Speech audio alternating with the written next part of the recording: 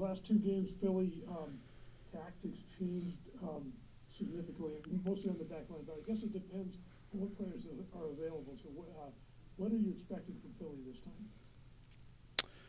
Yeah, I mean, obviously it's a game where they can be a little bit more conservative, but I expect, at a minimum, they're going to be combative. They're going to hit you on the counter, whether they play with a back four or back five. Who knows? Obviously, they've done both in two different games, consecutive games, so it's really hard to predict exactly what they'll do. But in terms of the type of team they'll be, I think we can expect a physical group that is looking to hit you with set pieces, hit you on the counter, and really make it difficult for you to score goals. Frank, do you have any follow-up? Follow up on that. I believe the league was investigating remarks made by Kai Wagner, might have made last game. The question is, are you planning for him to play, and do you think he should?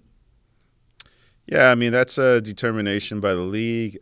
We're planning for Philly, and whoever they put on the field, I think we'll just try to be prepared for and ready for.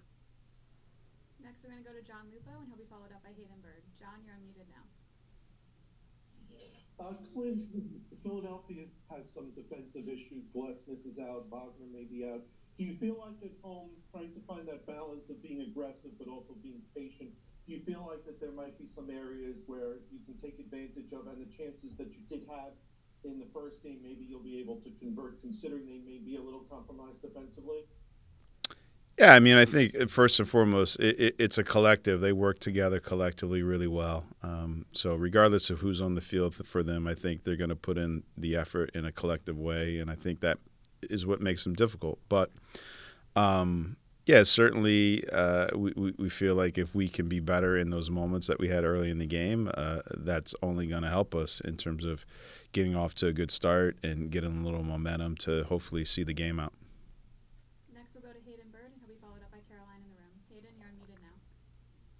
Hey, Clint, thanks for doing this. I know you talked a little bit about this in your radio interview last week, but you said Carlos is back in training. So I guess to kind of maybe close the loop there, do you expect that he'll be available for you on Wednesday night? And also, are there updates on other players like Ian Hartz or Henry Kessler regarding injuries? All available. Caroline? Hi, Clint. How have you found the break between games? Do you think it's been more of a help or a hindrance, being able to put the last game behind and get players ready? How have you found it? Yeah, I mean, I think from a rhythm standpoint, maybe you'd rather play a little closer to after the last game, but gave us a chance to get healthy, I guess, with some guys and get some things right, hopefully for the game. And so, it's what we have to deal with. So you can't really complain about it too much. You just have to move forward. Next, we'll go to Jeff. In a game like this, where obviously there's so much on the line, obviously going to be a lot of emotion. Do you want guys to sort of manage those emotions in those moments, or do you want them to use those emotions? What's kind of the balance you strike in a game like that? Yeah, I mean, I think emotion's a part of the game. It's the passion and the fight that guys have for being competitors, and it's just channeling that emotion, that energy in the right way is always what you're looking for.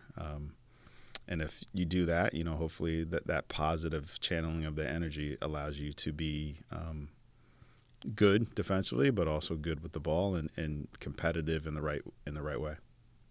For our next two questions, we're going to go to Jamie Rook, and he'll be followed up by Sam Mitten. Jamie, you're unmuted now.